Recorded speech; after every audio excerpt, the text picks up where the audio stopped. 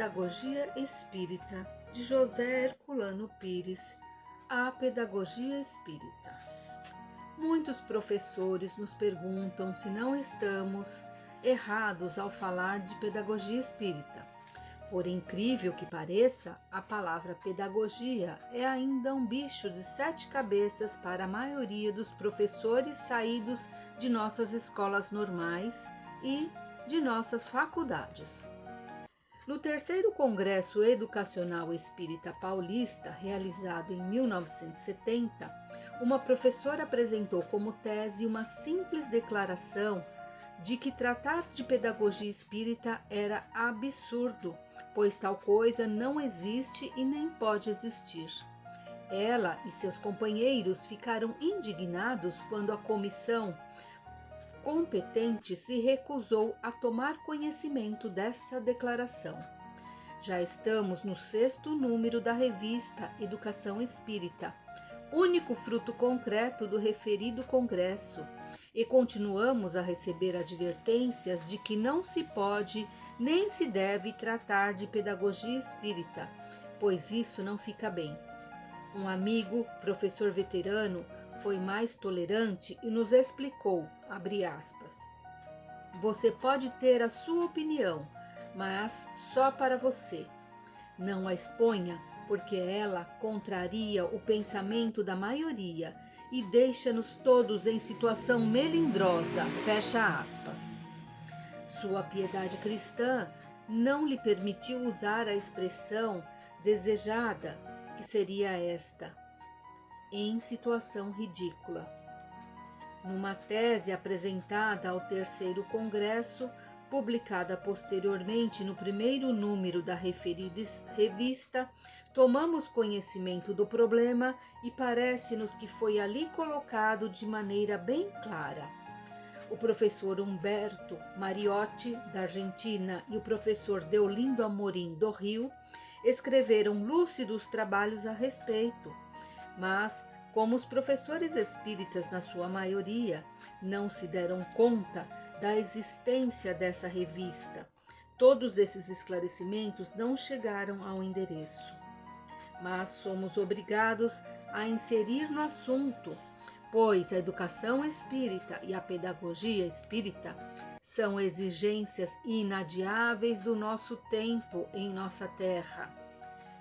Quem não sabe que a educação espírita já é uma realidade concreta em São Paulo e no Brasil? Mas vamos começar pelo começo, ou seja, vamos recomeçar. Enfrentemos primeiro esse monstro de 7 cabeças que é a palavra pedagogia. Decifremos a esfinge antes que ela nos devore. Que mistério se oculta nessa palavra de 9 letras de origem grega, consignada em todos os dicionários, diante da qual tantos professores se quedam estáticos e assombrados, como Édipo na estrada de Tebas? Que enigma nos apresenta essa esfinge moderna? É o que vamos ver, se Deus quiser. Falem os dicionários. Ouçamos, em primeiro lugar, o pequeno dicionário da língua portuguesa de Aurélio Buarque de Holanda, vulgaridíssimo em todo o Brasil. O que diz o seu verbete pedagogia? Simplesmente isso. Pedagogia, substantivo feminino, teoria da educação, conjunto de doutrinas e princípios que visam a um programa de ação, estudo dos ideais da educação, segundo uma determinada concepção de vida, e dos meios, processos e técnicas mais eficientes para realizá-los. Esta definição é de um dicionário popular feito para o grande público. É suficiente para mostrar que não estamos errados. Até mesmo o problema da ligação da pedagogia com uma determinada concepção de vida está ali bem colocado. Quando falamos de educação espírita, incidimos nesse assunto. O espiritismo nos dá uma concepção de vida diferente da concepção católica e protestante em que fomos educados. Para orientar a educação das crianças e dos jovens segundo essa concepção nova, precisamos de uma nova teoria da educação. Essa teoria nova, exigida pela nova concepção de vida, só pode ter um nome, que é precisamente e inevitavelmente este: pedagogia espírita. E como, sem teoria, não há prática orientada, a prática da educação, segundo os ideais espíritas, não poderá ser eficiente se não se apoiar numa teoria espírita da educação. Ouçamos agora um mestre francês, o dicionário francês. Pedagogia, substantivo feminino, teoria da educação, reunião das doutrinas e dos princípios que visam a um programa de ação. Durkheim, na sua edição do Novo Dicionário de Pedagogia, formulou a definição mais completa da palavra, que dali por diante foi aceita por todos os grandes mestres e vigora no campo da especialidade. Ouçamo-la. Para facilitar a compreensão dos leitores não habituados à leitura em francês, lá vai a definição de Durkheim na nossa língua. A pedagogia é uma teoria prática, ou seja, uma teoria que tem por objetivo refletir sobre os sistemas e os processos da educação, visando a apreciar a sua validade e, por esse meio, esclarecer e dirigir a ação dos educadores. Não se pode, pois, confundir pedagogia com sistema de ensino, com método ou técnica pedagógica, e nem mesmo com educação, como assinala René Hubert em seu Tratado de Pedagogia Geral. A educação precede a pedagogia. Primeiro temos o fato educacional, depois o fato pedagógico. Assim, fácil é compreender que a educação é o objeto da pedagogia. Vejamos esta clara explicação de Leif e Husting em sua Pedagogia Geral. A educação, que é pelo menos a transmissão às gerações daquilo que consideramos válido nas aquisições da espécie e pode mesmo pretender preparar os seus futuros progressos. É obra humana primordial que requer suprema largueza de vistas. Uma pedagogia é sempre o acabamento de uma filosofia. Qualquer filosofia tende sempre a completar numa pedagogia. Por mais modesto que se possa parecer o seu papel, o professor primário deve, pelo menos de vez em quando, pensar nisso. Esta última frase dos autores parece aplicar-se especialmente aos professores, muitos deles do ciclo primário, que no terceiro congresso mostraram o mais completo desconhecimento do que seja pedagogia. A compreensão da pedagogia lhe mostraria, por outro lado, que o seu papel na educação não é apenas profissional, pois o professor primário, mais do que um funcionário que trabalha para receber vencimentos, é o mestre que assenta os alicerces da cultura. Por isso devia, pelo menos, de vez em quando, como advertem Leif e Husting, consultar os esquecidos manuais de pedagogia e reinformar-se na sua posição de suas tarefas básicas. A educação espírita. O que podemos entender por educação espírita? Essa expressão pode ser entendida em dois sentidos. Primeiro, como uma espécie de formação sectária das crianças e dos jovens, uma forma de transmissão dos princípios espíritas às novas gerações, e, portanto, um assunto doméstico, restrito ao lar e às escolinhas que funcionam nas federações e nos centros espíritas, à semelhança do que se faz nos catequismos das igrejas. Segundo, como um processo de formação universal das novas gerações para o mundo novo que o Espiritismo está fazendo surgir na Terra. O primeiro sentido da expressão educação espírita contrasta de tal maneira com o segundo, que parece ser muito inferior negativo, ligado ainda às fases do religiosismo dogmático que o espiritismo superou. Mas, na verdade, não é. A educação familiar corresponde a uma fase natural do processo educacional. A educação institucional é simples desenvolvimento daquela. Dessa maneira, a educação espírita dada no lar e nos centros é válida e pertence de direito e de fato ao processo natural da educação social. O que é negativo, obscurantista, retrógrado é querer-se reduzir-se a educação espírita a esse aspecto inicial do processo. Se todas as sociedades humanas existe uma cultura que deve ser transmitida às novas gerações. Essa cultura tem vários aspectos, várias diversificações correspondentes a grupos culturais determinados por fatores sociais, raciais, religiosos e assim por diante. A transmissão da cultura se realiza em dois planos, o da tradição coletiva e o da tradição grupal. No plano da tradição coletiva, a educação geral é a mesma para todos.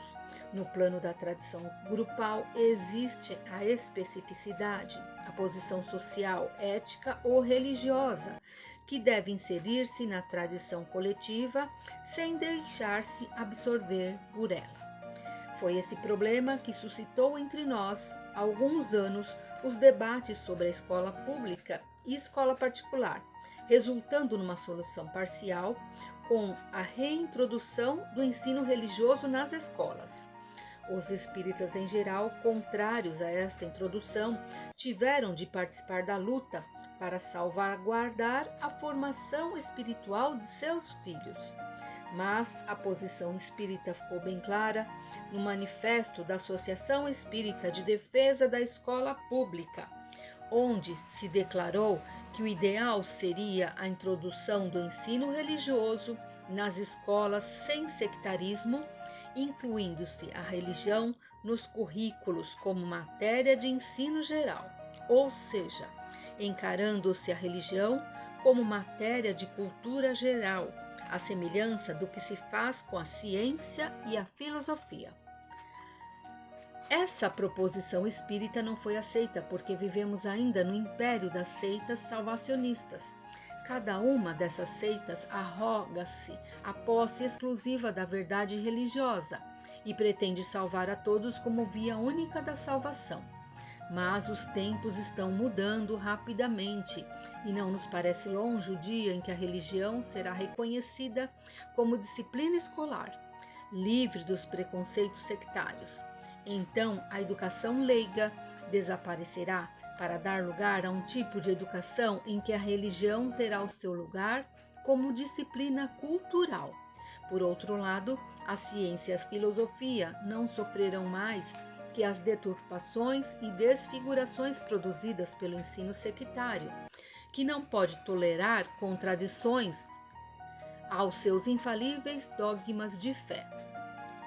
Pode-se então perguntar por que não esperamos pacientemente essa época ao invés de lutar pela educação espírita? A resposta não será dada por nós, mas pelos fatos. A educação espírita surgiu como um fato social produzido pelas transformações que se operam na consciência contemporânea. Os progressos culturais, tendo como base o avanço da ciência e o desenvolvimento das técnicas que revolucionam as estruturas sociais e subvertem a ordem moral, criaram novas exigências na consciência coletiva. Os espíritas que esposam uma doutrina de vanguarda, anunciadora dos novos tempos, sentiram a insuficiência dos dois tipos de educação, que se acomodaram artificialmente nas escolas atuais, a educação leiga e a educação sectária. Por isso começaram a fundar escolas espíritas, escolas próprias em que seus filhos poderiam receber uma educação adequada, pois a religião espírita, ao invés de contradizer a educação leiga, de natureza científica e técnica, harmoniza-se com ela e a complementa. A prova de que as escolas espíritas surgiram atendendo às exigências de uma nova fase histórica, está na espontaneidade de seu aparecimento. Os fundadores dessas escolas agiram levados pelas circunstâncias.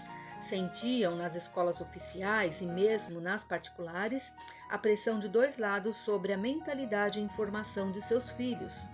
De um lado, a pressão dos ensinos materialistas e de outro, a pressão do ensino sectário. As crianças e os jovens que reagiam a estas pressões eram e são colocados em situação marginal perante professores e colegas. Levados por essa pressão social, os fundadores não pensaram, em geral, numa revolução educacional e cultural. Mas os fatos aí estão. Centenas de escolas espíritas de todos os graus de ensino funcionam hoje no Brasil e em vários países da América. Ao mesmo tempo em que isso se passava no plano da prática, a cultura espírita se desenvolvia nas instituições doutrinárias. A bibliografia espírita brasileira cresceu aceleradamente nos últimos anos. A procura de livros espíritas pelo povo intensificou-se, dando motivo ao aparecimento de numerosas editoras doutrinárias.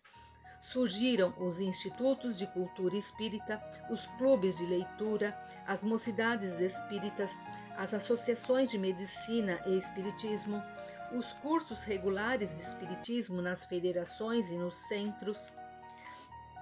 A imprensa, o rádio e a televisão interessaram-se pelos problemas espíritas. Chico Xavier foi arrancado por essa onda cultural do seu retiro mediúnico e lançado ante as câmaras de televisão, as páginas de jornais e revistas, as homenagens oficiais nas assembleias legislativas. Os livros espíritas abandonaram seu feitio gráfico antiquado, canhestro, modernizaram-se e dinamizaram-se em sua apresentação e em seu conteúdo. Tudo isso e muito mais, que seria longo enumerar, revelou a capacidade expansiva dos princípios espíritas e o seu poder de renovação da cultura em conflito de nossos dias. Então, se tornou clara, evidente, a necessidade da pedagogia espírita para organizar o sistema escolar em desenvolvimento e balizar os rumos de transformação cultural que se processa em ritmo acelerado. E todos viram, com exceção apenas dos cegos que não querem ver, os piores cegos, que a civilização espírita está nascendo no Brasil com ímpeto indomável. Nem o ensino leigo, nem o ensino sectário têm condições para enfrentar os novos tempos. A união dos dois é um arranjo incômodo, pois ambos se contradizem, se prejudicam e acabam desvirtuando neste conflito interno a finalidade mesma da educação e da escola. Só uma doutrina se apresenta como capaz de atender às exigências dos novos tempos. A doutrina espírita, em sua forma de síntese cultural, com perspectivas cósmicas e imortalistas na interpretação do homem e do mundo. Só uma educação correspondente às exigências da era cósmica, a educação espírita. Como se vê, a espontaneidade é inegável em todo esse quadro que apenas esboçamos em linhas gerais. Não houve uma organização poderosa dirigindo esse processo. Não existe uma igreja espírita com tradicional estrutura orgânica e hierárquica, determinando isto ou aquilo. Mais de 30 hospitais psiquiátricos espíritas só no estado de São Paulo. Mais de 100 escolas que vão do pré-primário ao grau universitário de ensino. Milhares de centros e grupos espíritas. Centenas de jornais e revistas, milhões de livros editados em escala crescente. E tudo isso partindo do esforço isolado de grupos de pessoas que tudo sacrificam, desde as comodidades pessoais até as econômicas, familiares, no anseio de construir uma nova civilização, na maioria das vezes, sem terem sequer a consciência desse anseio. Onde os futurólogos, os profetas do cálculo, os magos dos computadores eletrônicos, que não são capazes de ver com seus próprios olhos o futuro nascendo em terras do Brasil e da América?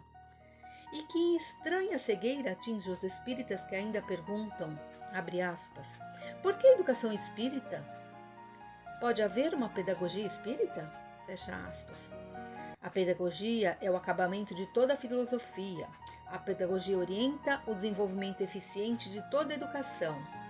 A mundividência ou a cosmovisão, essa visão do homem e do mundo, que é a essência de toda a filosofia, só pode transmitir-se de geração a geração através da educação. A educação espírita é a forja da cultura e, portanto, da civilização espírita, que vem completar na Terra a incipiente e contraditória civilização cristã dos nossos dias. Quem poderá negar isso diante da evidência dos fatos? Quem pretenderá combater dentro do movimento espírita esse impulso irresistível para um mundo melhor que brota das entranhas da doutrina espírita? Os que não têm olhos de ver continuarão fechados em sua concepção estreita e sectária do espiritismo. Oremos por eles, mas os que têm os olhos abertos para a realidade palpitante que se abre diante de todos nós, os que vivem neste momento de transição em sua plenitude, esses jamais cruzarão suas armas na batalha sem tréguas pelo futuro, que é a batalha da educação espírita. A pedagogia espírita. A pedagogia espírita já existe, está, por assim dizer, entranhada nos princípios doutrinários, por isso mesmo não está sistematizada. Assim também aconteceu com a pedagogia cristã.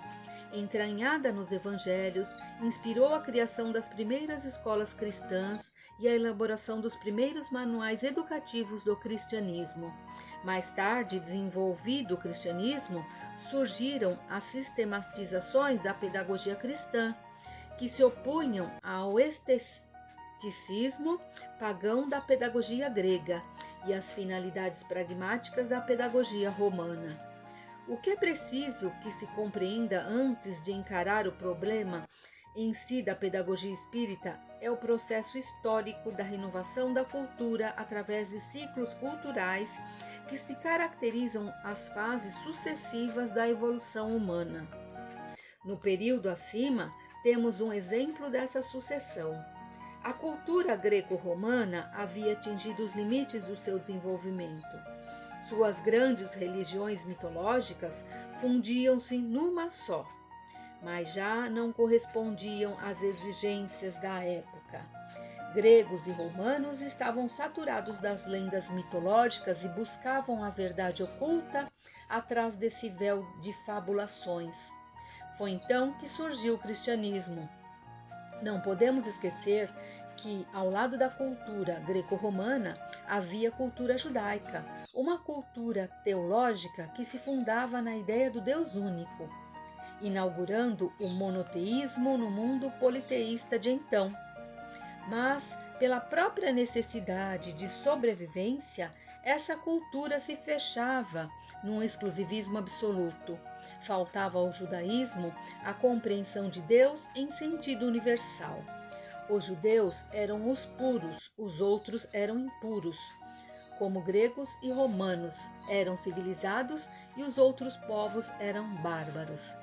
Não era possível universalizar a rígida religião judaica, apegada ao chão e à carne, presa pela tradição milenar aos ancestrais judeus e sua aliança particular com Deus. O terrível ciumento Jeová das matanças coletivas. O cristianismo, nascendo das próprias entranhas do judaísmo, rompeu a estrutura sociocêntrica da cultura judaica e abriu-se para o mundo através do conceito renovador da fraternidade humana. Jesus substituiu o Jeová hebraico pelo Pai universal.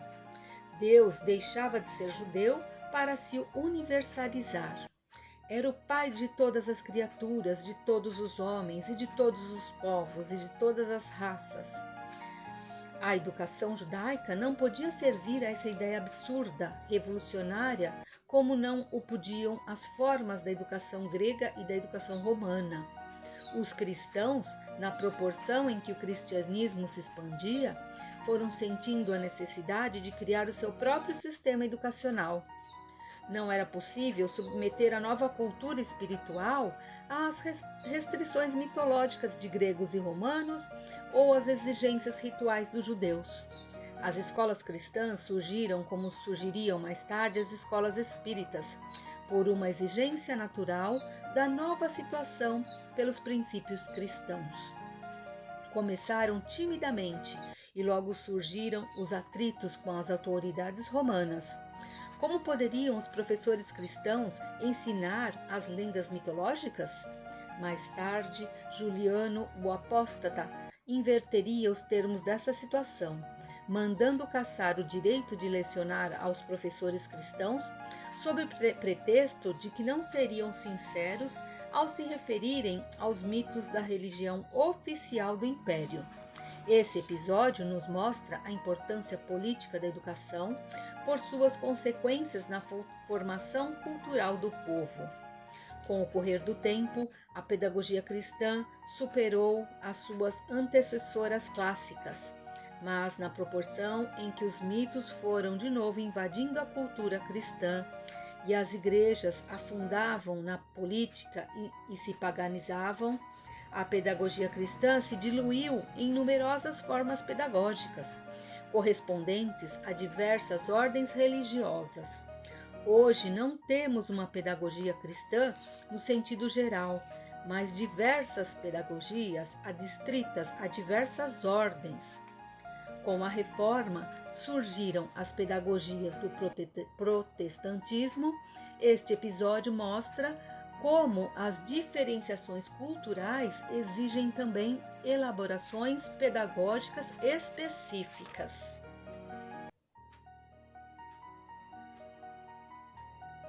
O desenvolvimento da cultura espírita nos acena com a mesma possibilidade. As diferenciações culturais são inevitáveis no desenvolvimento das várias culturas, e quanto maior a expansão da cultura, tanto maior será o número de diferenciações que podem ocorrer. Por outro lado, a evolução da cultura espírita poderá e deverá mesmo abrir novas perspectivas educacionais. Essa a razão por que, no título desse trabalho, usamos o recurso a pedagogia espírita. Existe a pedagogia espírita na própria estrutura da doutrina, mas qualquer sistematização que fizermos não será mais uma pedagogia espírita, sujeita a revisões futuras, e poderão surgir no futuro tantas pedagogias espíritas quantas se fizerem necessárias, de acordo com as diferenciações culturais que ocorrerem em diversos países. A unidade desses sistemas, entretanto, será garantida pelo modelo inicial e fundamental que permanece nos princípios essenciais da doutrina. Uma pedagogia só será espírita se estiver fundada nesses princípios. Kilpatrick sustenta que uma doutrina da educação só pode ser pessoal e subjetiva. Isso porque a unidade da doutrina exige a elaboração pessoal, e a cada educador tem as suas concepções ou posições próprias na interpretação dos fatos e dos resultados das pesquisas e experiências. É o mesmo que se dá no campo filosófico, onde os filósofos de uma mesma corrente divergem entre si sobre vários pontos, embora permaneçam unidos pela filiação única a uma visão geral do homem e do mundo. Estamos em face da lei da unidade na diversidade. Não se trata de um fenômeno específico do processo pedagógico ou filosófico, pois nas ciências e em todas as demais atividades humanas ocorre o mesmo. Cada criatura humana é uma consciência pessoal, não obstante a consciência humana seja a mesma em seus fundamentos. Essa diversidade caracteriza a riqueza e a dinâmica da vida. Se quiséssemos esquematizar o pensamento e encerrá-lo, Em padrões definitivos, estagnaríamos a vida, impediríamos o progresso e sufocaríamos o espírito. Mas as esquematizações progressivas são necessárias como instrumentos temporais de trabalho, de aplicação dos princípios, na medida do possível, à realidade concreta do momento em que vivemos.